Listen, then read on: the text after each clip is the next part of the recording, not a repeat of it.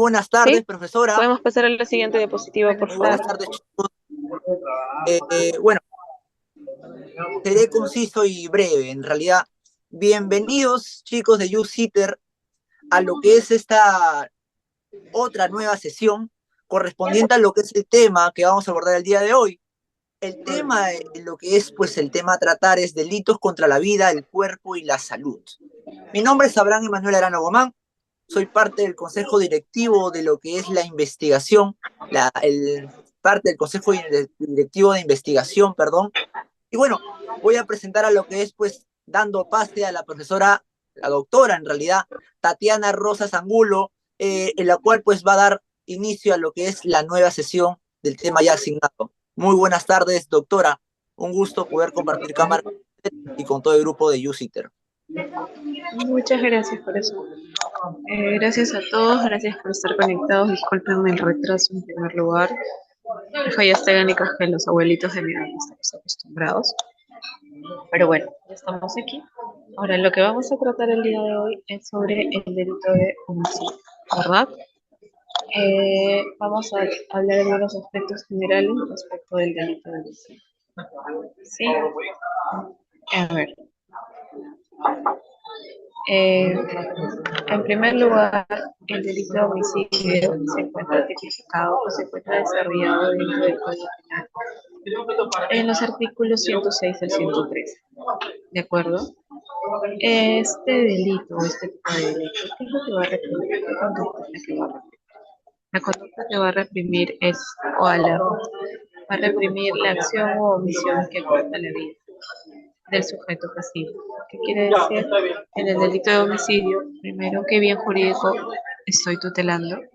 El, el bien jurídico protegido, vida. ¿De acuerdo? ¿No? Entonces, por ende, este delito o la ley ha visto a bien sancionar a aquel que acorta la vida, ya sea por una acción o una omisión. ¿De acuerdo? ¿Y cuál va a ser el resultado de esta acción u omisión? Evidentemente, la muerte. ¿Sí? Entonces tenemos que, de acuerdo a las sesiones que hemos desarrollado, podemos enmarcar el delito de homicidio en un delito de resultado. ¿De acuerdo? Y este, este resultado, ¿cómo puede expresarse? Este resultado se puede dar tanto ya sea con una muerte biológica o con una muerte clínica. ¿Qué es lo que quiere decir esto? Eh, por ejemplo, Abraham decide matar a Valeria a través dándole cinco cuchillazos por la espalda, ¿de acuerdo? Entonces, y Valeria muere instantáneamente, ¿de acuerdo? Entonces, ese accionar que ha ejecutado Abraham va a generar la muerte de Valeria. Esta muerte es una muerte biológica producida por la acción o por el acuchillamiento que ha hecho Abraham. Ahora, ¿qué pasa si luego de que Abraham acuchilla a Valeria, ella agoniza y es trasladada al nosocomio más cercano y luego de que los médicos quisieran salvarle la vida, ella finalmente muere? Esta es una muerte clínica, ¿de acuerdo? Igual se le va a seguir imputando el delito de homicidio, en este caso a Abraham, dado que independientemente del momento en el que ocurre la muerte, el sujeto pasivo, que en este caso es Valeria, igual se genera su deceso. ¿Alguien? ¿Sí? Pero va a variar el tipo de muerte, por decirlo de alguna manera, ¿no? Es instantánea o biológica o clínica cuando, bueno, se trasladado hospitalario, ¿de acuerdo? Ahora, dentro de este capítulo se recogen perdón, distintos tipos de distintos tipos penales vinculados a la acción u omisión de cortar la vida. Tenemos el homicidio simple, tenemos el parricidio, el asesinato, al homicidio calificado, al feminicidio, al sicariato, delitos periféricos al sicariato, solo volvamos, ¿no? Homicidio por emoción violenta, infanticidio, homicidio culposo, homicidio por piedad e instigación a ayuda al suicidio. Todos son estos tipos penales que recogen el capítulo 1 en donde se desarrolla este tipo penal. ¿Me podrían ayudar con la siguiente diapositiva? Ahora, tenemos que el homicidio tiene un tipo básico, que es el homicidio civil. ¿Qué quiere decir eso? Simplemente el que mata a otro va a ser reprimido con una pena privativa de libertad. ¿De acuerdo? Que será no menor de 6 ni mayor de 20 años. ¿De acuerdo? Entonces tenemos claros que el Código Penal ha recogido el homicidio doloso, porque es el que mata a otro se está reprimiendo con pena privativa. Eso quiere decir que este tipo penal está enmarcado dentro del tipo doloso. ¿Qué quiere decir? Que el autor tiene conocimiento y voluntad de la acción que está ejecutando. ¿De acuerdo? Ahora, como ustedes bien saben, los tipos penales pueden tener una conducta, un tipo base, y luego pueden tener determinados agravantes. ¿De acuerdo? En este caso,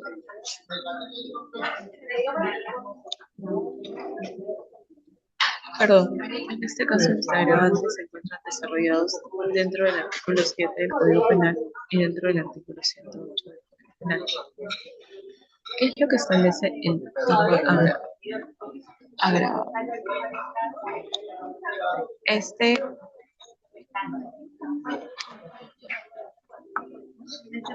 tipo penal establece que el factor agravante se refiere al vínculo existente entre el autor y la víctima del homicidio.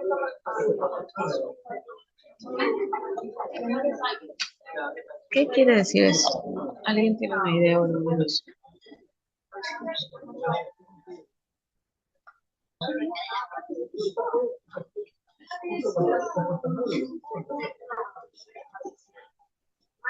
¿Alguien que quiera decir algo?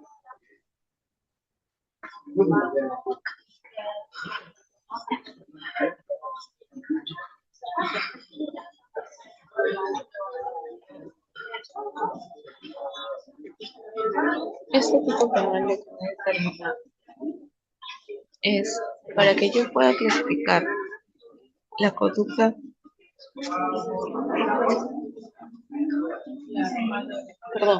la conducta de matar o de cortar la vida a una persona mediante el tipo agravado. Esto se va a referir al vínculo existente entre el autor y la víctima del homicidio. ¿De acuerdo? Y este vínculo debe generar algunos deberes especiales. ¿Cuáles son estos deberes especiales?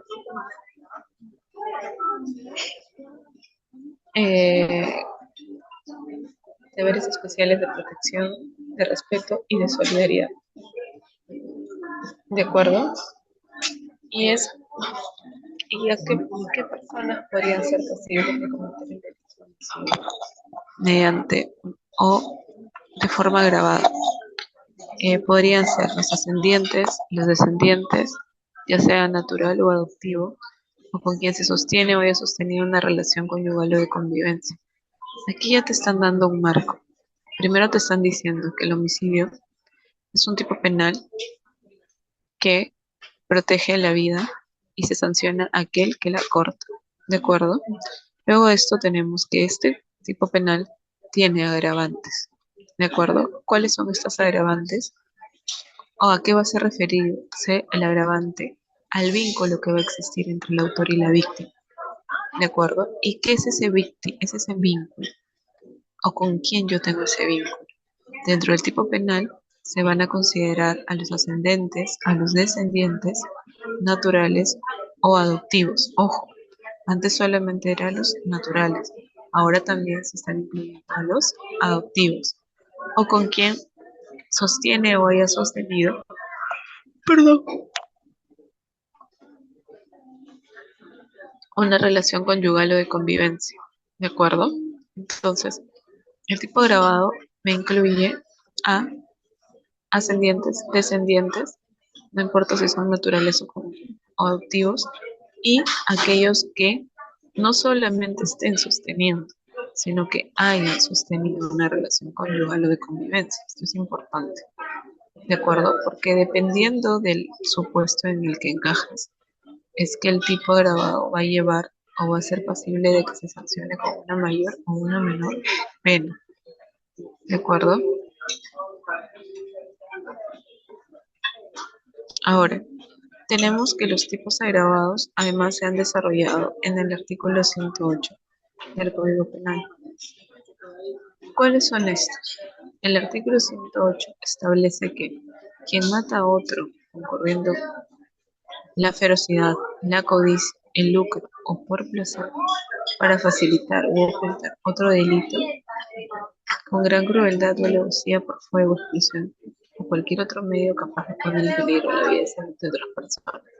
¿Cuál podría ser un ejemplo de esto? Yo les cuento.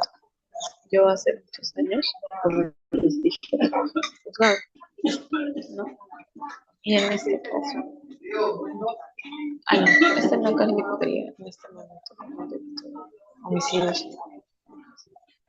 Pero ¿qué pasaría, por ejemplo, si su compañero Abraham decide matar a su compañero su compañero que se llama Pepe, porque simplemente le cae, y porque además le cae mal porque Abraham con mucho esfuerzo le prestó un dinero para que él pueda pagar su pensión, y lejos de devolverle el dinero se ha dedicado a andar de fiestas e ingerir muchas bebidas alcohólicas.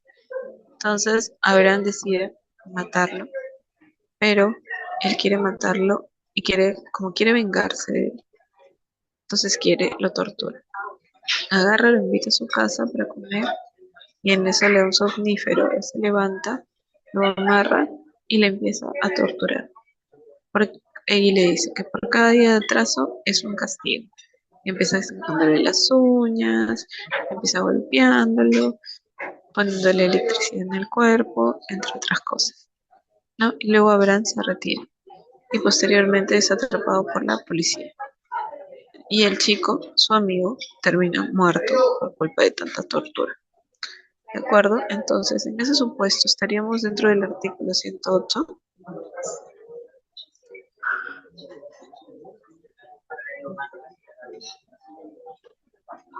Ya, entonces sigamos. Decíamos que estábamos hablando del delito de homicidio, ¿de acuerdo? Y en el delito de homicidio estábamos diciendo de que este delito tiene un tipo básico y tiene agravantes, ¿de acuerdo? El tipo básico es simple, única y exclusivamente aquel que acorta la vida a otra persona. ¿Por qué? Porque estamos protegiendo al bien jurídico vida. ¿De acuerdo? Ahora, este artículo, como ya les señalé, tiene tipos agravados. Estos tipos agravados están descritos desde el 108 al 108D, ¿de acuerdo? Y ya hemos indicado que cada uno de estos supuestos engloba un tipo de conducta específica, ¿de acuerdo? El 108A está referido a altos funcionarios, funcionarios del Ministerio Público, entre otros. El 108B está referido al feminicidio, que va más que nada a la muerte de aquella mujer, a la muerte de una mujer por ser simplemente mujer, ¿de acuerdo? El 108C habla sobre el tema de el sicariato, que quiere decir que yo mato por encargo a otra persona, ¿de acuerdo? Y en el 108D estoy hablando de quien participe en una conspiración para favorecer o facilitar el sicariato, ¿de acuerdo? ¿Podemos compartir la siguiente diapositiva, por favor?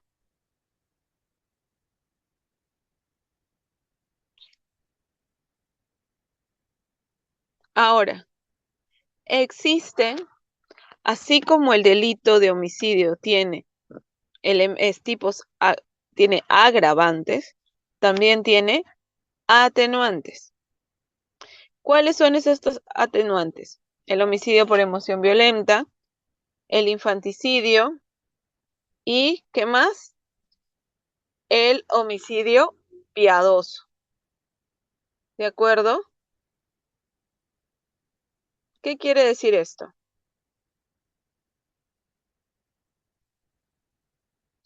¿Alguien?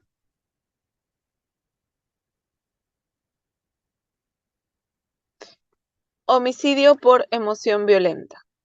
¿Qué quiere decir esto? El artículo 109 establece que el que mata a otro por el imperio de una emoción violenta que las circunstancias hacen excusable. ¿De acuerdo? ¿Qué quiere decir esto? ¿Alguien que me pueda dar alguna idea? Chicos, activémonos. El no estar en un salón que no nos restrinja.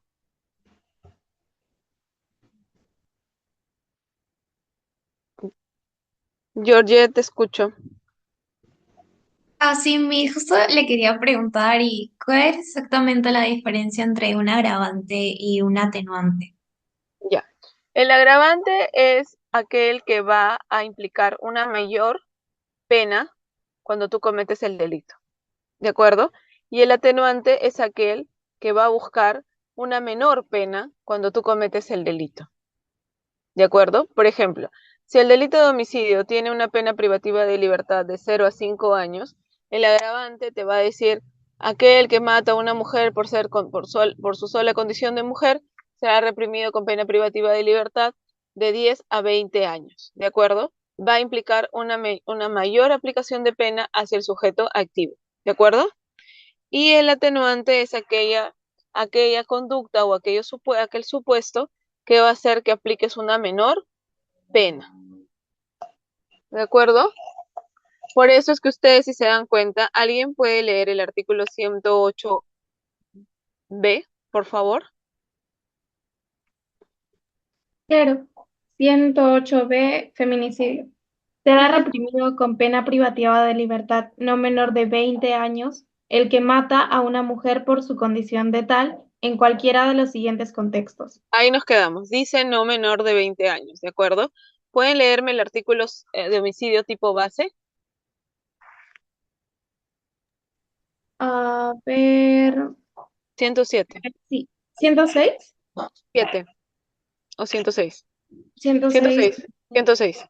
El que mata a otro será reprimido con pena privativa de libertad no menor de 6 ni mayor de 20 años. Ya. Ahora léanme el 109.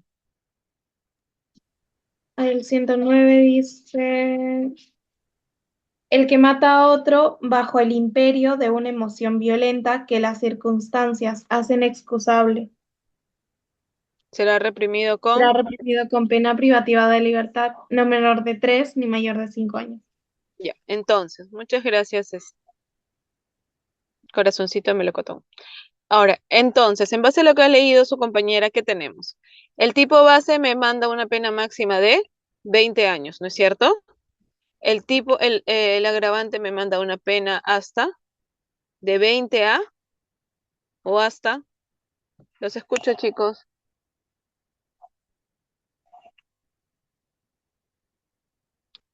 Hasta 35.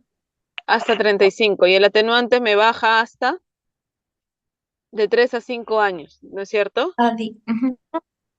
Ya, entonces ahí radica la diferencia. El tipo base tiene una pena ni muy alta ni muy baja, ¿de acuerdo?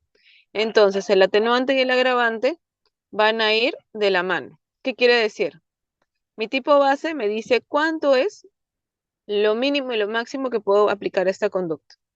El atenuante me va a decir por debajo, siempre va a aplicarse por debajo de lo que establece el tipo penal básico. Y el agravante va a ir por encima de lo que dice el tipo penal básico. ¿De acuerdo? ¿Sí? Sí. De acuerdo. Entonces, en este caso, los tipos atenuantes para el homicidio son solo tres. El homicidio por emoción violenta, el infanticidio y el homicidio piadoso. ¿De acuerdo? Y si ustedes se fijan en estos tipos penales, cada uno tiene una pena por debajo de lo que establece el tipo penal básico de homicidio. ¿De acuerdo? Profesora, tengo una consulta. En Consulta. emoción violenta, ¿puede ser parte de ahorita del derecho a la legítima defensa si, digamos, va a dañar mi bien jurídico, que es mi vida o la de un familiar, y yo tengo obviamente el dolo de actuar? ¿Es excusable? Y por eso se aplica podría ser la pena suspendida al ser menor de 3 años. No, la legítima defensa se da cuando hay una, o sea, la legítima defensa se va a dar cuando hay una agresión, ¿ya? Y tú respondes con otra agresión, ¿de acuerdo? Para salvaguardar tu integridad, la integridad de la persona que está a tu costado, ¿de acuerdo? Esa es la legítima defensa. Distinto es el homicidio por emoción violenta. En el homicidio por emoción violenta, dice acá, bajo el imperio de una emoción violenta que las circunstancias hacen excusable. O sea, por ejemplo, en este caso, en el caso del homicidio por emoción violenta, tú no estás cautelando tu vida. No hay una reacción de por medio. En la legítima defensa es una acción conlleva una reacción. En el homicidio por emoción violenta es diferente. ¿Qué quiere decir aquí? Es cuando tú estás en un estado psicológico que va a sobresalir o va a sobresaltar su intensidad. Y este estado psicológico en el que tú estás va a obnubilar tu conciencia, ¿de acuerdo? Entonces, tú vas a reaccionar más por un ánimo violento que por una capacidad racional. No sé si me dejo entender.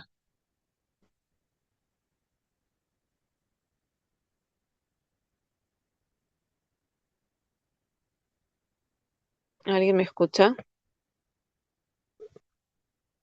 ¿Y podría dar un ejemplo, please? Sí, estoy pensando en un ejemplo, como no sé, tal vez que queda traumado, en shock, tal vez de... mm, es que estoy pensando en un ejemplo, profesora, no sé si nos puede ilustrar con uno para ser más didáctico. Ya, está bien. Primero en el homicidio por emoción violenta, ustedes tienen que tener en cuenta dos cosas. Primero es el intervalo de tiempo sucedido entre la provocación y el hecho, ¿de acuerdo? Y otro es el conocimiento previo por parte del autor del homicidio emocional, es decir, que la emoción violenta debe desencadenarse por la aparición súbita importante para el sujeto. ¿Qué quiere decir esto? Tú debes haber actuado en atención a un estado de conmoción anímica, bajo un impulso afectivo desordenado. ¿De acuerdo? En la legítima defensa tú eres consciente de que tienes que salvaguardar tu vida y por eso te estás defendiendo.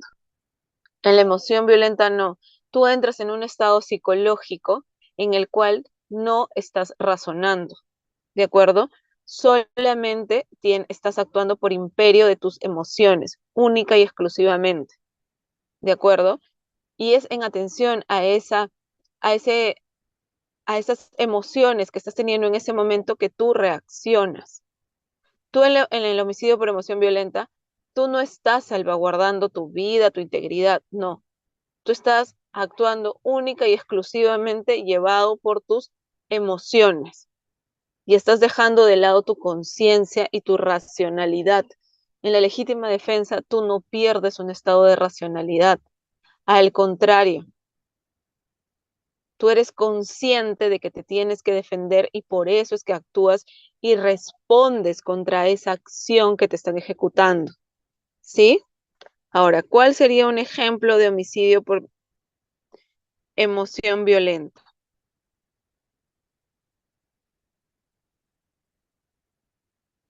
¿Cuál podría ser? Ah, profesora, Profesora, sí quizás... Ay, puedo acordar. disculpa. Ah, A ver, uno por uno. profesora, me acabo de acordar que salió en las noticias un caso, digamos que un hombre Llegó a su casa, donde vivía con su pareja, y la encontró con otro hombre. Y por reacción, le disparó, no sé, en este caso no sé si falleció o no, pero digamos que murió. Esa puede ser una acción de emoción violenta. O sea, al entrar en un trance de ira, supongo, eh, dejó de ser racional y actuó de esa manera. Tal cual. Por ejemplo, ¿no? ¿Qué pasa si Georgette tiene su novio, ¿no? Ella tiene su novio y deciden irse a una discoteca porque ya acabaron el ciclo, quieren relajarse, ¿no? Quieren divertirse, quieren bailar un ratito. No, están ahí así bailando, súper divertidos, ¿no? Y en eso de repente su novio, que le vamos a poner Juancito, dice, ¿sabes qué? Quiero ir al baño, ¿no? Que he bailado tanto, hemos tomado tanto, que quiero ir al baño. Y él le dice, de acuerdo, yo te espero aquí sentada, hermosa, yo preciosa, perfecto. Entonces él se va al baño, 5 minutos, 10 minutos, 20 minutos, y yo le dice, ¿qué está pasando? Se ha quedado dormido en el baño. Y en eso Georgette se acerca al baño a ver qué está pasando, ¿no? De repente se quedó dormido, se ha caído, algo le ha pasado. Y en eso escucha pues unos sonidos medios extraños en el baño. Empuja la puerta y resulta que su novio se está besando con otra chica. Y están haciendo ahí unos tocamientos indebidos. Entonces, Georgette agarra y en ese momento se llena de furia, de rabia y para su mala suerte, justo al costado del baño estaba el dispensador de jabón. Y Georgette agarra el dispensador de jabón y se lo tira en la cabeza a su novio se resbala, cae en el filo del inodoro y ¡pum! Se muere. ¿Eso calificaría como una legítima defensa o como una emoción violenta? Emoción violenta. ¿Por qué? Porque ha habido un evento súbito, inesperado, que ha hecho que la persona deje la racionalidad de lado, se llene se cargue de emociones y actúe y reaccione única y exclusivamente en atención a esas emociones que está sintiendo en ese momento. En este caso, Georgette, de la rabia, de la cólera, de la indignación, coge ese dispensador de jabón y se lo lanza, porque al ver a su novio besándose con otra, esto ha generado un choque en sus emociones y ¡brum! Ella ha reaccionado sin pensar, sin medir las consecuencias, sin ningún ápice de racionalidad, ¿de acuerdo? En cambio, en la legítima defensa, uno no actúa de esa forma. Uno actúa ¿para qué? Para cautelar su integridad. Está reaccionando ante una posible lesión, ante una lesión inminente. Te estás defendiendo.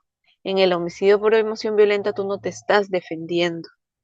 Tú estás actuando irracionalmente y esa conducta irracional genera una consecuencia que termina acortando la vida de la persona. No era lo que tú querías, pero porque tus emociones se cruzaron en ese momento, generas esa consecuencia. Por eso es que esa emoción califica como un atenuante y no como un agravante, porque tú no tienes ni la conciencia ni la voluntad de querer matar, pero terminas matando. ¿Queda claro? Sí, ahora sí, profesora. Ahora sí, con la chisma, con la violencia, ahí siempre uno entiende, ¿no? Sí. Ok, está bueno. Ya, sigamos entonces. ¿Alguien tiene otra duda, alguna otra consulta?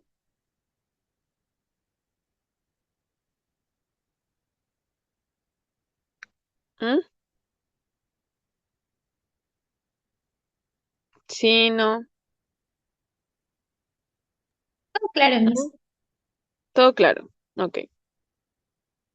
Dios mío, esta mujer que soy yo no sirve para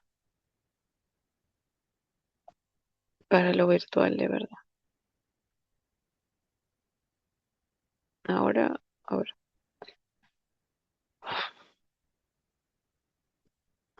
Mm, Disculpe, profesora, buenas tardes. Yo tengo una pregunta.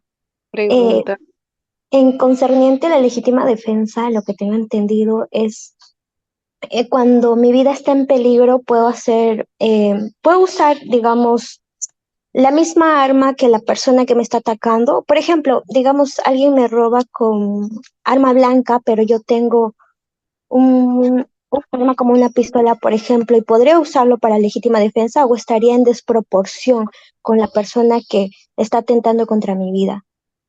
No, ya eso se ha eximido, se ha sacado una nueva, se ha publicado una nueva, un nuevo cambio normativo que establece los nuevos criterios de la legítima defensa y justamente eximen ese tema, ¿no? Porque antes se recogía de que la defensa tenía que ser proporcional. Actualmente ya no es así, pero sí tiene que ser en respuesta a una provocación y tiene que ser inminente, ¿de acuerdo? Antes se exigía que si te golpeaban con un palo, tú tenías que responder con un palo. Si te daban una pistola, tú tenías que tener una pistola. Pero si te daban con un palo y tú sacabas tu pistola y le disparabas en los pies, no había proporcionalidad y por ende era muy difícil encajarlo en la legítima defensa. Y teníamos muchas personas que habían sido agredidas o que podían ser agredidas y que simplemente se estaban defendiendo y terminaban procesadas. O teníamos personas que cometían abusos alegando legítima defensa. Entonces el legislador ya ha equiparado esa situación, ¿no? Y ha dicho que tú puedes defenderte, sí, pero esa defensa tiene que ser proporcional e inminente a la agresión que estás sufriendo, ¿de acuerdo? No se considera, o sea, no tiene que haber proporcionalidad en el medio usado para defenderse, pero sí tiene que haber razonabilidad en el empleo, ¿de acuerdo? O sea, por ejemplo, no sé, si te quieren robar la cartera y tú tienes un arma, no vas a ir y le vas a disparar en la cabeza, ¿no? Tendrías que dispararle en la frente, al aire, qué sé yo, ¿no? ¿Sí? Muchas gracias. Sí, muchas gracias, queda claro. Ok, listo. Entonces ya tenemos el tema de homicidio por emoción violenta, el infanticidio creo que está más que claro, ¿no? La madre que mata a su hijo durante el parto bajo la influencia del estado puerperal. Las mujeres, cuando están embarazadas y dan a luz, tienen un déficit hormonal, emocional, medio extraño, yo no lo sé, en el cual pueden entrar en un estado psicológico, ¿no? Un poco complejo. ¿No? Y en ese momento algunas mujeres abandonan a sus hijos, los matan, ¿no? Etcétera. Ya. Ese estado psicológico genera una atenuación de la conducta. Vas a ser responsable, sí, pero la pena que te van a imputar es menor. Otra vez amparado en este estado en el que tú te encuentras, que es el estado puerperal, ¿sí? Y el homicidio piadoso ya sabemos todos, ¿no? Yo, por ejemplo, tengo un familiar grave, ¿no? Que está postrado. Por ejemplo, ustedes vieron el caso de esta chica que se la pasaba pidiendo la eutanasia y estaba invocando su derecho a la muerte digna, ¿no? Y ella vivía con su papá y ella vino muchos años peleando por tener una muerte digna hasta que por fin lo logró. ¿Qué hubiera pasado si, por ejemplo, el papá de ella decide darle unas pastillas para que ella se duerma y se muera? ¿Él sería responsable del delito de homicidio? Sí, pero sería un delito de homicidio piadoso, en el supuesto que ella le haya pedido que por favor le quite la vida porque ella está cansada, las normas, el legislador es muy lento, hay mucha burocracia y ella quiere descansar.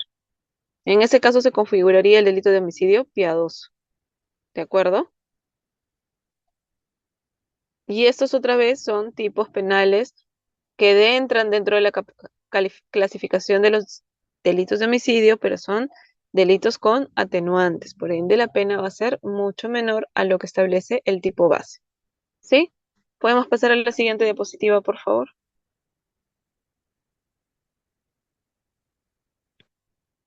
Ahora, también tenemos el homicidio culposo. ¿Qué quiere decir esto? ¿Mm? Entendemos que el dolo es conocimiento y voluntad. Entonces, el homicidio culposo, ¿qué será? Profesora, cuando alguien mata a otra persona, pero sin haberlo previsto, sin haber tenido la intención de hacerlo en un primer momento. Ujú. Esto puede ser a través de una negligencia, a través de una impericia o a través de una imprudencia. ¿De acuerdo?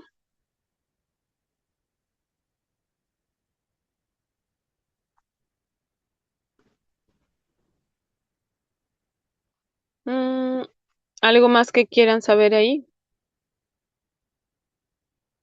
Y si quieren tener mayor detalle, hay una... Espérenme.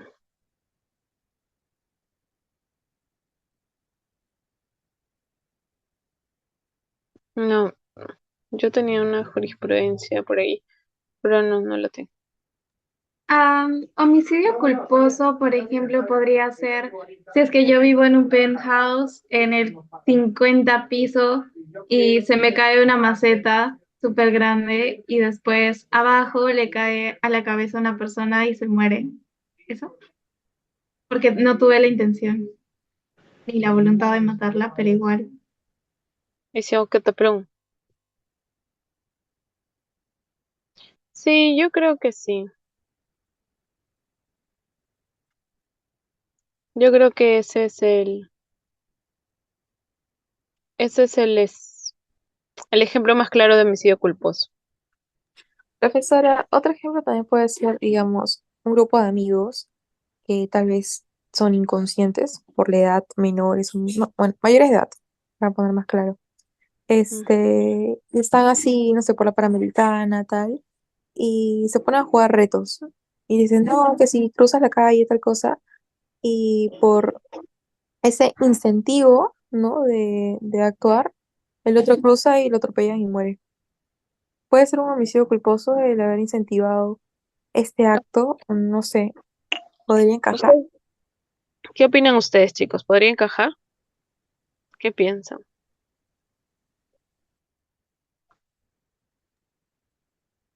¿Mm?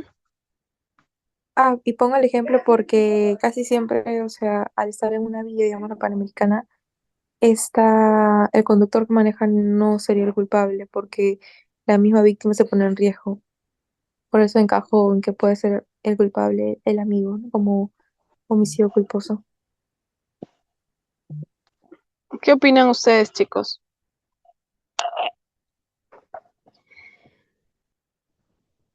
Ah, profesora, estoy un poco confundida, pero yo siento que podría ser homicidio culposo por parte de la persona que conducía, porque no tenía el conocimiento ni la voluntad de hacerlo, pero igual pasó la persona corriendo y le atropelló. Sin embargo, si queremos atribuirle algún tipo de responsabilidad penal al amigo, o sea, siento que no tendría, porque la persona, o sea, la persona que ha recibido ese reto tiene un raciocinio y como son mayores de edad, pudo discernir el peligro que estaba enfrentando al pasar la pista, que probablemente podría ser atropellado.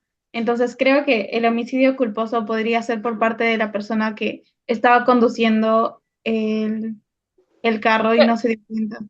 Claro, porque lo que pasa es que si tú estás conduciendo un vehículo que sabes que es un bien considerado como peligroso, tendrías que ver la velocidad a la que ha ido, ¿no? Y a pesar de que tú estás viendo que una persona está cruzando la calle, ¿qué es lo primero que tendrías que hacer? Frenar, ¿no es cierto? Y sin embargo no frenas y continúas, ¿no? Claro, Si bien tú no tenías ni el conocimiento ni la voluntad, porque en tus sueños que iba a pasar alguien corriendo y iba a terminar atropellado.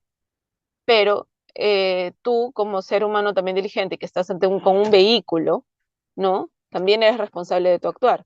Y en ese caso tú no has hecho nada. Simplemente, ¿ustedes vieron ayer el video de Abancay? Sí, sí, sí lo Ya, vi. sí lo vieron. Tranquilos, chicos, eso es fuerte, pero se aplica a la clase. Ya. Entonces, en ese caso, el conductor iba a una velocidad que no tienes que ir, porque tú se supone que tú en avenida tienes que ir a máximo 60 kilómetros por hora. De lejos él no estaba a 60 kilómetros por hora. Considero yo que estaba mucho más. Las personas no tenían que estar paradas ahí. Entonces, tu amigo te puede decir, oye, cruza, salta, brinca, tírate de un puente sin soga. Ya dependerá de ti si tú lo haces o no. Porque como bien señala Valeria, la persona no está calificada como inimputable. Y tú tienes la capacidad de discernimiento. Por ende, tú decides si lo haces o no lo haces. ¿De acuerdo? Y tú, a pesar de tu discernimiento y tu conocimiento, decides hacer esa conducta. Entonces, en ese caso, el amigo no sería responsable de nada. Sería responsable de tener un amigo tonto que hace lo que le dicen sin medir consecuencias. Pero ahí yo creo que iría más la responsabilidad, como bien lo señala Valeria, para el conductor, porque y ahí calificaría como un homicidio culposo, porque él sabe que está manejando, que tiene que respetar cierta velocidad y que tiene que efectuar cierto accionar, sin embargo, no lo hace y termina atropellando a la persona. No tenía la voluntad, pero termina ejecutando la acción. Así que yo creo que ahí se encaja más para el conductor que para el amigo. ¿Sí? Sí, profesora. Y si cambia que el chico no estaba totalmente en sus condiciones, había tomado un poco, no totalmente ebrio, pero había tomado un poco. Y el otro chico le Tampoco. incentivó, tampoco. No, porque tú, ¿cómo que serías ahí? ¿Un instigador? Mm, No calza. Tú no le estás, o sea, tú no lo estás incentivando a cometer un delito. O sea, cruzar una pista de manera imprudente no es un delito. por la vía express, o sea, perdón, por la Panamericana, que no sé, que solo puedes cruzar por el puente. Ya, eso es ser irresponsable.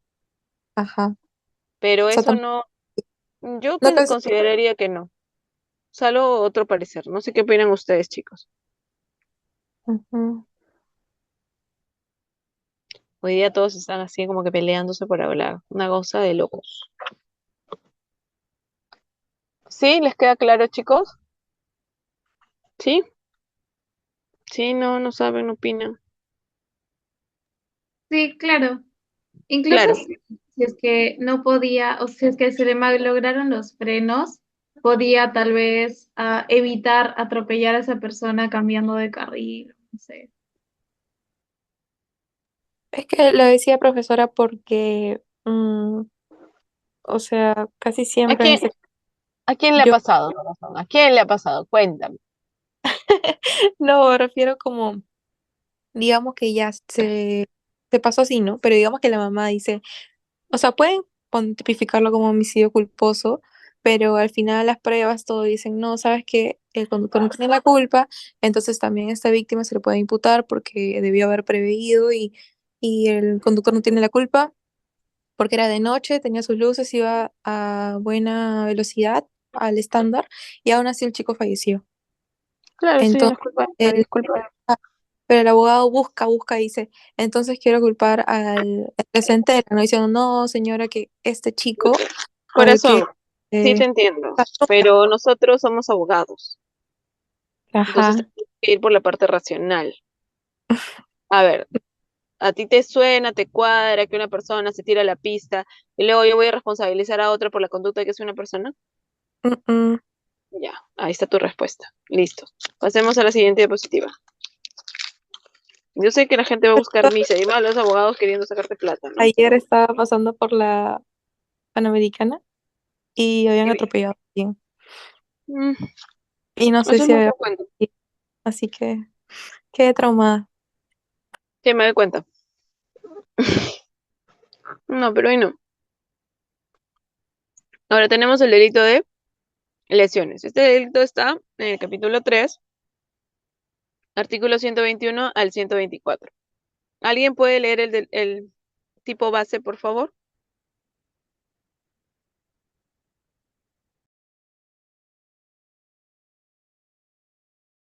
Es el de 121, ¿verdad? Lesiones graves. Lesiones. Sí, a ver, léelo, por favor. Ya, porque hay el 121 que es lesiones graves y el 122 que es lesiones leves, pero leo el graves. Dice, el Primero, que causa, perdóname, corazón. Lee primero el leves y luego lees el grave. ya, primero leve. Mm, Gracias. ya. El que causa a otro lesiones en el cuerpo o en la salud física o mental que requiera más de 10 y menos de 20 días de asistencia o descanso, según prescripción facultativa o nivel moderado del daño físico, psíquico, será reprimido con pena privativa de libertad no menor de 2 ni mayor de 5 años. 2. La pena privativa de libertad será no menor de 6 ni mayor de 12 años si la víctima muere como consecuencia de la lesión prevista en el párrafo precedente y el agente pudo prever ese resultado.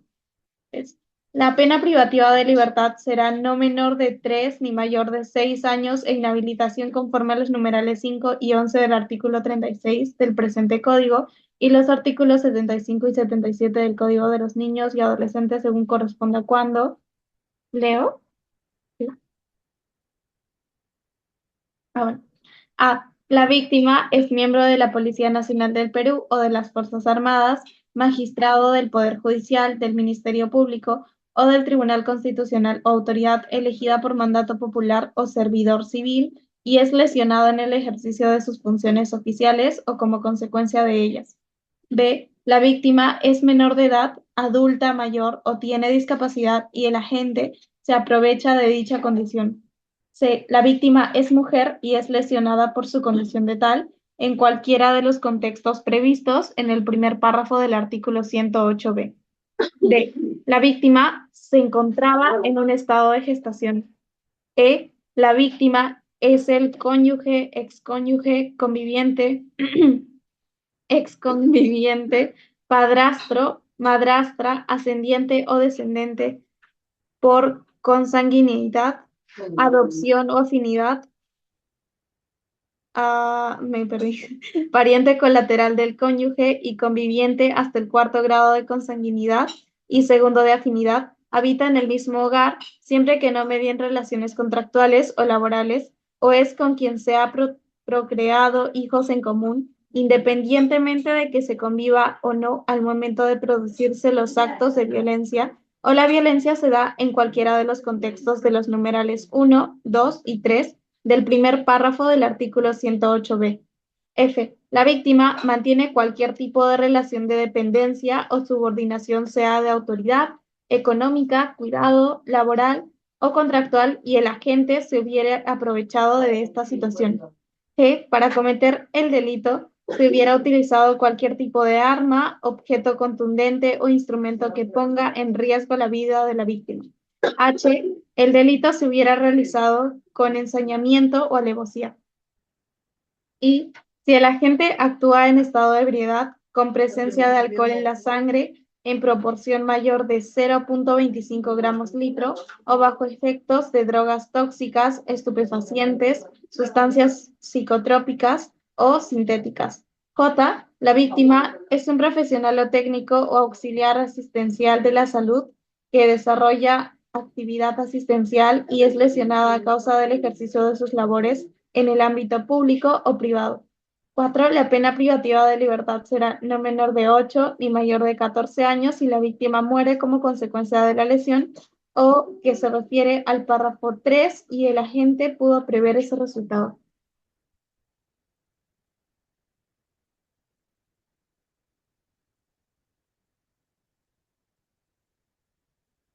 ¿Mm? ¿Cuál es la diferencia entre el homicidio y el delito de lesiones? En este caso, nosotros tenemos que el homicidio va a resguardar el bien jurídico vida, ¿no es cierto? Y va a sancionar a aquel que acorta la vida, ¿de acuerdo? En los delitos de lesiones, en el Código Penal, eh, lo que va a protegerle el delito de lesión es la salud individual, ¿de acuerdo? Y el legislador, a ver, ¿qué es lo que ha hecho acá el legislador o qué es lo que ha buscado proteger el legislador? No solamente la salud o la vida de la persona. En este delito tú no vas a sancionar al que acorta la vida, sino al que genera algún tipo de daño al sujeto pasivo, ¿de acuerdo? Por eso este delito se analiza en dos sentidos, desde un punto de vista, o desde un punto de vista cualitativo y desde un punto de vista cuantitativo. ¿Qué quiere decir? El punto de vista cualitativo lo estudia, lo clasifica vinculado a la magnitud de las lesiones que estás generando, ¿de acuerdo? Y esa magnitud de las lesiones es la que va a determinar si tú entras dentro del supuesto de lesiones leves o de lesiones graves. Y el aspecto cuantitativo va de la mano con la asistencia que tú necesites cuando te han causado esas lesiones. ¿Qué quiere decir esto? A menos incapacidad se clasifica como lesiones leves. A mayor incapacidad se clasifica como lesiones graves. ¿De acuerdo?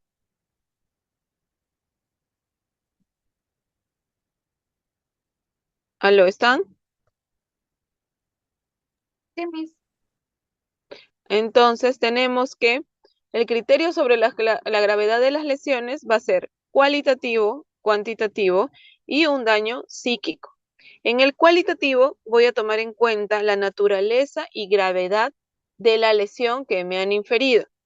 En el aspecto cuantitativo voy a tomar en consideración el número de días de asistencia facultativa que requiere la lesión o el número de días de descanso médico que requiero para recuperarme de esa lesión. Y en el daño psíquico se va a tomar en cuenta el nivel de afectación o alteración de las funciones mentales o capacidades psíquicas de la persona. ¿Cómo esta lesión ha generado algún tipo de detrimento o alteración en estas funciones mentales o psíquicas? ¿De acuerdo? Por eso es que tenemos lesiones dolosas graves, lesiones dolosas graves agravadas, lesiones dolosas leves por agresiones contra la mujer, con resultado fortuito, tenemos lesiones culposas y lesiones al feto. ¿Sí?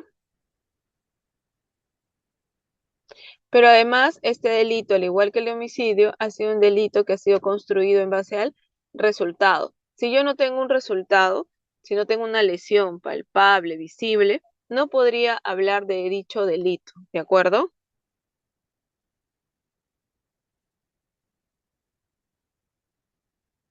¿Sí? Sí, Creo que Miss, están todo durmiendo. Todo claro, todo clarísimo. Ahorita les tomo examen. No, mentira.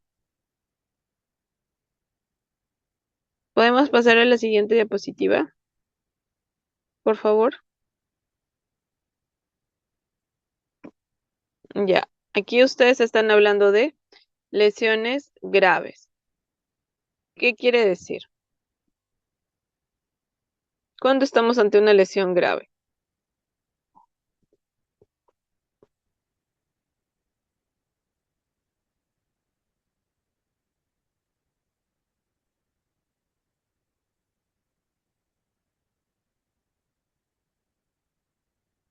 Ahora, si ustedes leen el tipo penal, se van a dar cuenta que no hay un tipo penal que describa con exactitud qué es una lesión. ¿De acuerdo? Pero si tú lees el texto del artículo, te vas a poder dar cuenta de que uno puede inferir que existen distintas formas de daño, ¿de acuerdo? Pero ¿cómo yo voy a determinar si la lesión es leve o grave? En este caso yo me voy a ayudar de otra rama del derecho, perdón, de otra rama, que es qué cosa, la medicina legal. Entonces, cuando a mí me lesionan, inmediatamente, ya sea la policía o la fiscalía, me va a derivar hacia el médico legista para que él, a través de su diagnóstico, determine primero el grado de gravedad de la lesión, segundo, cuántos días de asistencia necesito o cuántos días de incapacidad tengo como consecuencia de esa lesión. Y es en base a esa opinión que emite este médico legista que se me va a determinar o se va a clasificar esta lesión como grave o como leve. ¿De acuerdo? Ahora yo les cuento un caso. Yo tuve un caso en el que pasó algo bien particular. Ya, era un chico que tenía en ese momento 36 años, ¿ya? Y él le gustaba practicar deporte. Nadaba, corría, hacía bicicleta. Y justo se había conocido con un señor que tenía una hija de 18 años, ¿ya? Y ellos pues paraban yendo a bicicletear, a hacer varias actividades. Y en eso nació el amor o la pasión. No sé qué habrá nacido, pero algo nació. La cosa que la hija de este señor, que lo vamos a denominar Pablo, y al chico lo vamos a denominar Juan, y a la chica la vamos a denominar Fiorella, ¿ya? Fiorella y Pablo empiezan a tener una relación sentimental a escondidas del papá de Fiorella. Y en una de esas, ¿no? Fiorella se arrebata y dice, no, esto es un amor para siempre, yo me voy a pelear contra el mundo. Le confiesa a su papá que tenía una relación sentimental con este chico. El papá, en medio de la rabia y de la cólera, no dice nada. Bueno, primero golpea a su hija. La hija le cuenta a su enamorado y el papá va a buscarlo a su casa. Le dice que baje un ratito, que le entregue unas cosas. Y en eso el chico baja, ¿no? Así, todo empoderado, ¿no? Para hacerle frente a la situación. Y el señor, en un momento, él no recuerda cómo, solamente siente un objeto contundente en la cara y pierde conciencia.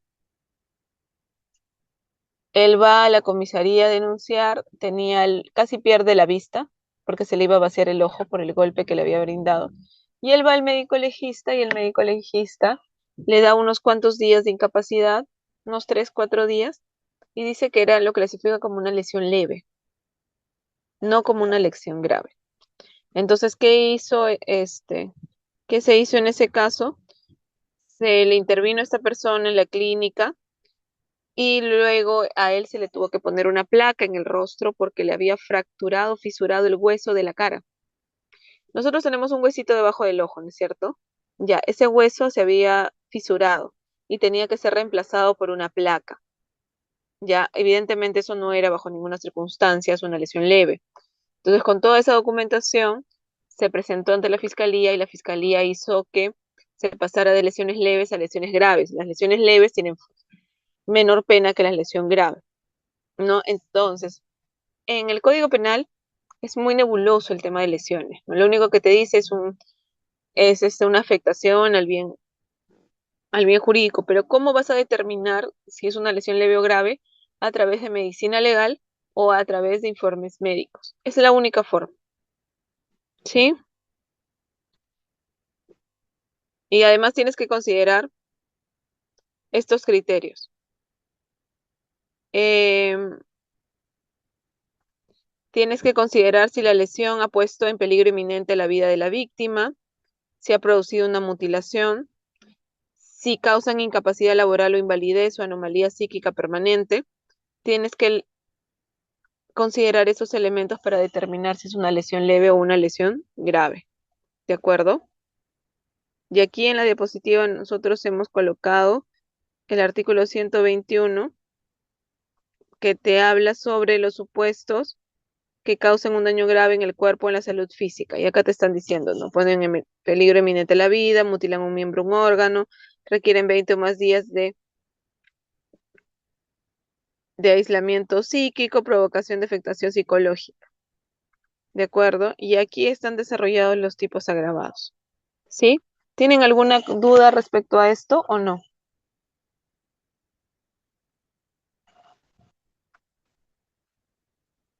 Hola. Ok. Pueden pasar a la siguiente diapositiva, por favor.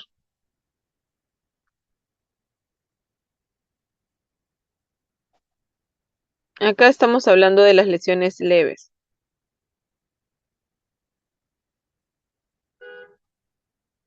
Y aquí, bueno, ya les he explicado, ¿no? Las lesiones leves van a tener una pena menor y en el artículo 122 se desarrollan todos los supuestos de lesiones leves. ¿Alguien puede leer el artículo 122, por favor? Visto el artículo 122, yo lo puedo leer. A ver, el artículo 122, vamos por partes, porque ya nos queda... no, sigamos. Ok, Miss. Artículo 122, inciso 1. El que causa a otro lesiones en el cuerpo o en la salud físico-mental que requiera más de 10 y menos de 20 días de asistencia o descanso, según prescripción facultativa o nivel moderado de daño psíquico, será reprimida con pena privativa de libertad no menor de 2 ni mayor a 5 años. Ya, ¿qué más? Ok, Miss, entonces leo todo el artículo de largo. Repíteme el tipo penal, por favor. Lesiones leves, artículo 122. O desea que lea el 121b de lesiones graves por violencia contra las mujeres e integrantes del grupo familiar. No, el 122. Ok, inciso 2. La pena privativa de libertad será no menor de 6 ni mayor de 12 años si la víctima muere como consecuencia de la lesión prevista en el párrafo precedente. El agente pudo prever ese resultado. Inciso 3. La pena privativa de libertad será no menor de 3 ni mayor de 6 años e inhabilitación conforme los numerales 5 y 11 del artículo 36 del presente código y los artículos 75 y 77 del Código de los Niños y Adolescentes según corresponda cuando a. La víctima es miembro de la Policía Nacional de Perú, las Fuerzas Armadas, magistrado del Poder Judicial, del Ministerio Público o del Tribunal Constitucional o en todo caso sea autoridad elegida por mandato popular o servidor civil y es lesionada en el ejercicio de sus funciones oficiales o como consecuencia de ellas. Ok. Numeral B, la víctima es menor de edad, adulta mayor o tiene discapacidad y el agente se aprovecha de dicha condición. Siguiente punto dice que la víctima es mujer y es lesionada por su condición de tal en cualquiera de los contextos previstos en el primer párrafo del artículo 108b, que sería el de feminicidio. El siguiente sería la víctima se encontraba en estado de gestación. Inciso E, la víctima es el cónyuge, excónyuge, conviviente, exconviviente, padrastro, madrastra, ascendiente o descendiente por consanguinidad, adopción o afinidad, pariente colateral del cónyuge y conviviente hasta el cuarto grado de consanguinidad y segundo de afinidad. Habita en el mismo hogar siempre que no medien relaciones contractuales o laborales, o es con quien se ha procreado hijos en común, independientemente de que se conviva o no al momento de producirse los actos de violencia o la violencia se da en cualquiera de los contextos de los numerales 1, 2 y 3 del párrafo de feminicidio. F. La víctima mantiene cualquier tipo de relación de dependencia o subordinación, sea de autoridad económica, cuidado laboral o contractual, y el agente se hubiera aprovechado de esa situación. Numeral G. Para cometer el delito se hubiera utilizado cualquier tipo de arma, objeto contundente o instrumento que ponga en riesgo la vida de la víctima. H. El delito se hubiera realizado con ensañamiento o alevosía y si el agente actúa en estado de ebriedad, con presencia de alcohol en la sangre en proporción mayor a 0,25 gramos litro o proporción o bajo efecto de drogas tóxicas, estupefacientes, sustancias psicotrópicas o sintéticas. J. La víctima es un profesional o técnico o auxiliar asistencial de la salud que desarrolla actividad asistencial y es lesionada a causa del ejercicio de sus labores en el ámbito público o privado. Y como último numeral, el número 4, la pena privativa de libertad será no menor de 8 ni mayor de 14 años si la víctima muere como consecuencia de la lesión a que se refiere el párrafo 3 y el agente pudo prever ese resultado. Ok. Entonces tenemos que en el delito de lesiones dolosas leves, según el artículo 122, toda lesión dolosa que no alcance las características y magnitud que las señaladas en el artículo 121, ¿no es cierto?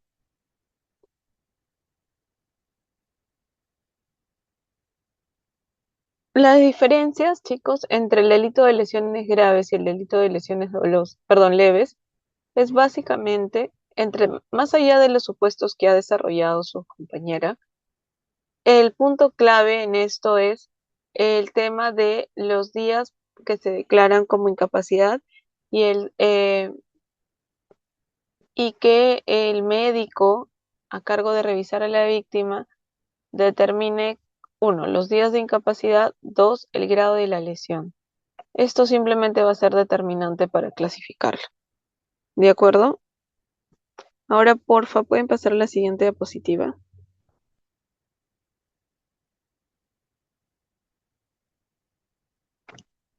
¿De acuerdo? Ahora también tenemos las lesiones culposas. Eso está desarrollado en el artículo 124 del Código Penal.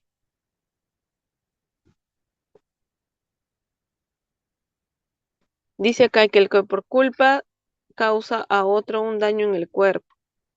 ¿Qué quiere decir esto? ¿Cuál es la diferencia entre las lesiones culposas y las lesiones dolosas? ¿Cuál creen que sea la diferencia?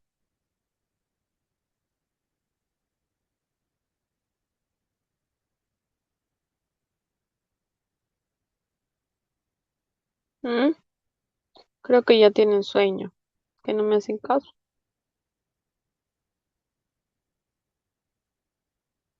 Miss, le están escribiendo por el chat de la Ah, reunión.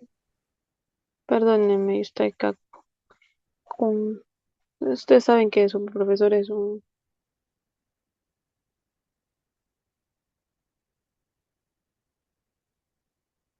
Exacto, no hay una intención de causar la lesión, pero sin embargo lo causo, ¿de acuerdo?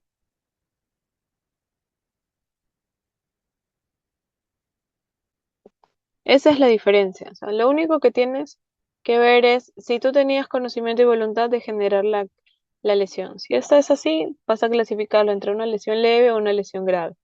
Y si tú no tenías la intención ni la voluntad y sin embargo generas una lesión, esta va a ser una lesión clasificada como culposa, ¿de acuerdo? Eso es más que nada la diferencia. Ahora, ¿pueden pasar a la siguiente diapositiva, por favor?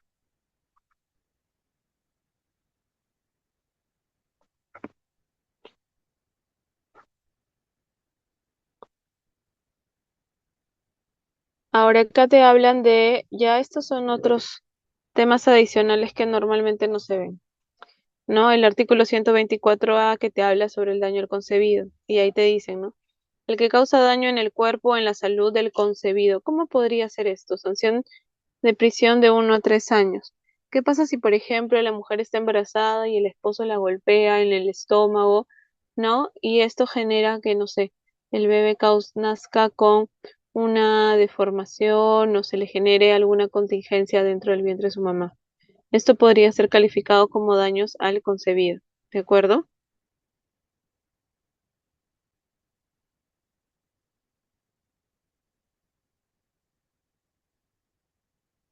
Y el 124B clasifica al daño psíquico y afectación psicológica. Ya, yo creo que en verdad esto es un exceso de regulación, porque no creo que sean muy comunes estos tipos penales. Pero bueno, el artículo 124b establece que el nivel de daño psíquico es determinado a través de un examen pericial. O sea, si como consecuencia de la lesión que tú me has efectuado, yo tengo un daño psíquico grave, no sé, no quiero salir, no me quiero relacionar con las personas, podría encajar en este supuesto de hecho. ¿De acuerdo? Otra diapositiva más, por favor. Ya, la exposición de peligro o abandono de personas en peligro, este también es un delito de resultado, ¿no? Yo tengo que efectivamente verificar o no hacer la conducta o realmente exponer al peligro o abandonar a una persona en peligro para que este delito se configure. No basta con la intención, ¿de acuerdo? Sino que tiene que haber un resultado palpable. Pon la siguiente diapositiva, por favor.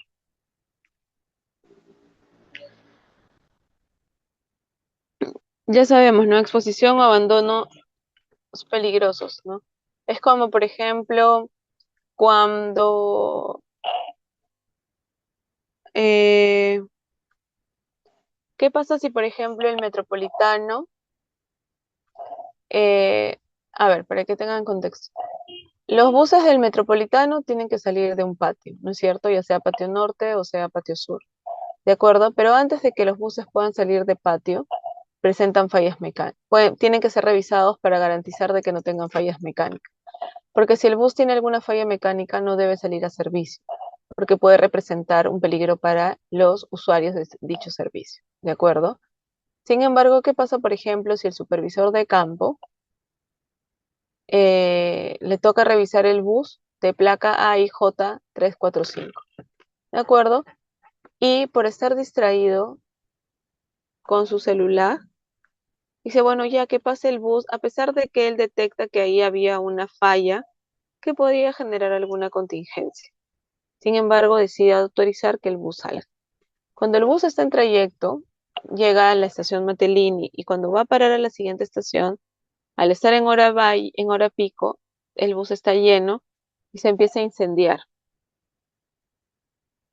Y el chofer, que no ha recibido ningún tipo de capacitación contra incendios, no sabe qué hacer y una parte de las personas que se encontraban en la parte de atrás del bus terminan lesionadas y quemadas.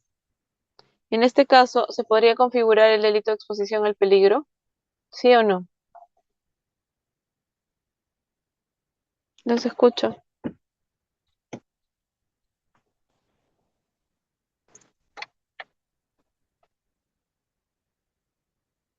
Chicos, alguien. Ya, lo que les estoy diciendo es, ¿qué pasa si, por ejemplo, un bus del Metropolitano, antes de que salga a servicio, tiene que pasar por una revisión mecánica? ¿De acuerdo? Y en esta revisión mecánica, la persona que tiene que hacerla está distraído con su celular y a pesar de detectar una posible falla en el bus, decide mandarlo a servicio. Cuando el bus está brindando servicio, empieza un amago de incendio, el bus se prende y genera lesiones y daños a las personas que estaban en la parte de atrás del bus. Esto de aquí podría considerarse como un delito de exposición o exposición al peligro, ¿sí o no? Creo que sí, profesora. Claro que sí, porque acá dice quien exponga a peligro de muerte, de grave o inminente daño a la salud o abandone en iguales consecuencias un menor de edad, una persona incapaz. En este caso, ¿qué está haciendo el señor? A pesar de saber que el bus no está en buenas condiciones, decide que vaya a servicio y como consecuencia de esto, se prende el bus y la gente muere, la gente se termina lesionada. Entonces, ahí eminentemente hay una exposición al peligro, ¿no es cierto? Sí, Miss. Ok.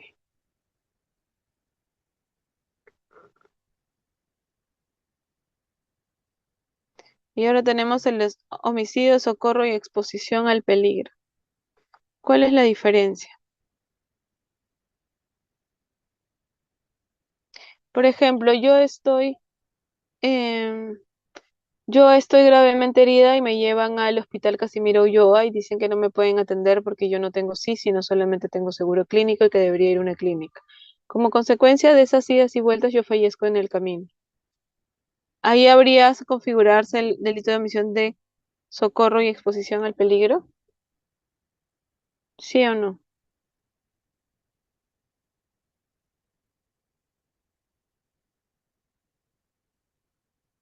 ¿Sí o no? Los, ¿No sería omisión de auxilio o aviso a la autoridad? ¿cuál se, mm, sí, yo creo que, a ver, el que encuentra a un herido o cualquier otra persona en este estado. Profesora, si desea puedo dar un ejemplo. A ver, cuéntame. Sí, yo considero que en omisión de socorro un ejemplo podría ser, digamos que yo ejercito mi derecho a la legítima defensa y que, bueno, por X o Y motivo recurrí a dispararle en la pierna a una persona que estaba vulnerando mi bien jurídico, es decir, mi vida, ¿no? Particularmente. Entonces, yo lo que no puedo hacer es dejarlo ahí incapacitado luego de haberle disparado. Lo mínimo que yo podría hacer, asumiendo que, bueno, aún temo por mi vida, es llamar a la autoridad, ¿no? Y en todo caso socorrerlo, inclusive podría, ¿cómo se llama?, llevarlo yo al hospital, si es que considero que mi vida no está corriendo peligro, ¿no? Y creo que en auxilio sería diferente, ¿no? Digamos que la persona que lastima a esa persona que intentó vulnerar, o bueno, generar un detrimento a su vida, digamos que esa persona se fue. Entonces yo encuentro a esa persona lastimada. Si es que yo no la apoyo, si es que yo no llamo a la policía, si es que yo no voy y, bueno, le ejerzo algún tipo de ayuda, ahí yo estaría incurriendo en una omisión de auxilio porque yo le he encontrado herido, a diferencia de la otra persona que fue quien le hizo el daño, ¿no? Claro, Inicialmente. en la omisión de socorro es cuando yo voy, claro, yo voy con mi carro, atropello a alguien y me voy y huyo del lugar. Ahí hay una omisión de socorro, porque yo he herido e incapacitado a una persona, ¿de acuerdo? Y cuando yo hiero o incapacito a una persona, tengo el deber de auxiliarla o de asistirla. ¿De acuerdo? Eso sería la omisión de socorro. Y en la omisión de auxilio, como tú bien señalas, si yo me encuentro un herido tirado en la calle, yo soy médico, lejos de o soy bombero, lejos de auxiliarla, me doy la vuelta y me voy corriendo y ni siquiera llamo al SAMU. Ahí hay una omisión de auxilio o aviso a la autoridad. ¿De acuerdo? ¿Sí? Sí, no, tal vez no saben, opinan. Todos, sí. Ok. Siguiente diapositiva, por favor.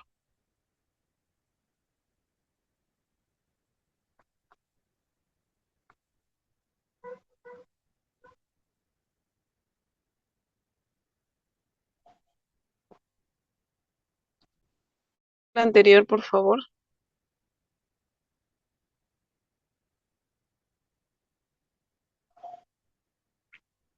Ya, entiendo que en el 127, en el 126 está descrito el tipo omisión de socorro y en el artículo 127 está el homicidio, el omisión de auxilio. Y siguiente diapositiva, entiendo que en el 128 están los agravantes, ¿no es cierto, Georgette? Sí, Miss. Sí, Sí, Miss, en el 129 está estipulado las formas de agravantes, en el caso ok, de las lesiones. de acuerdo. Entonces ahí están descritas claramente las agravantes de este delito. Pasa a la siguiente, por favor. No, ya terminamos. Sí. No sé si alguien tiene alguna duda, alguna consulta respecto de todos los tipos que hemos desarrollado. Es importante que los tengan claros porque cuando hagamos la dinámica final, estos conceptos les van a servir para la aplicación del caso. El truco acá es homicidio, quito vida o acorto vida. Lesiones solamente genero una hiero a la persona y dependiendo de la gravedad de la lesión es como yo la voy a clasificar, si es leve o grave. Y esto se determina en base a una opinión médica. ¿De acuerdo? En los delitos de omisión de asistencia, tengo la omisión de asistencia de socorro y tengo la omisión de retrocede, Georgette, siempre. ¿Cuáles son, chicos? Omisión de... De socorro y de auxilio. Exacto. Y estos van a depender de qué conducta has ejecutado.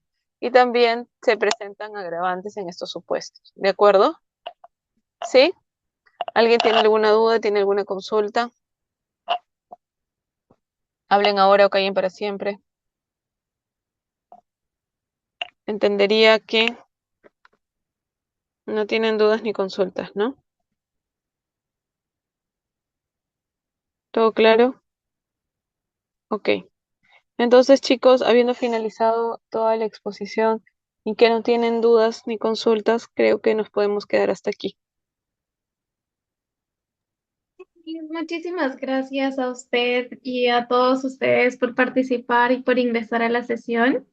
Ah, Sí, ya hemos elegido, bueno, todavía está en revisión por la profesora, pero ya se lo vamos a enviar a la profesora el caso elegido para el juicio simulado.